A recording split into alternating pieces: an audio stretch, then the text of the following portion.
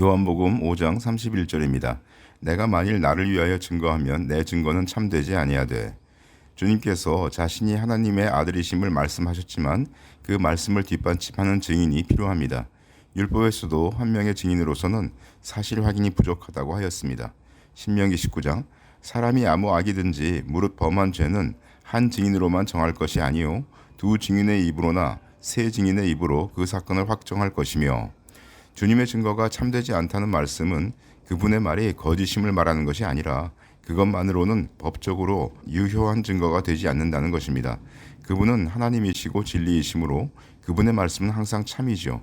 그러나 유대인들이 볼 때 그분 혼자만이 자신에 대해서 증거하고 있기 때문에 그 말이 참되다는 근거가 부족합니다. 그런데 문제는 주님께 대해서 제대로 아는 이가 없다는 것이죠. 주님께서 성육신 하신 하나님으로서 홀홀단신으로 오셨기 때문에 그분에 대해서 증거할 이가 세상에는 별로 없습니다. 사내들인 공회원들은 주님의 주장에 대해서 그 말이 효력이 있는 말인지를 질문하였을 것입니다.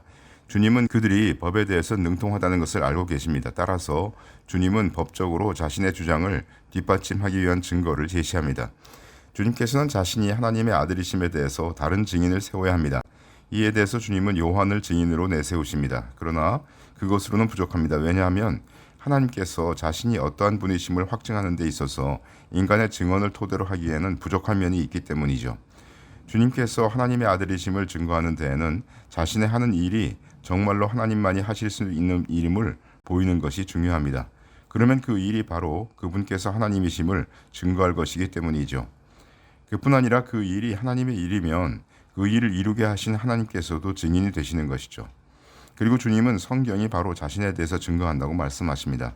따라서 주님은 자신이 하나님의 아들 되심을 여러 증인들과 증거들을 들어 제시하시는데 곧 요한, 주님의 일, 하나님 아버지, 성경 등입니다.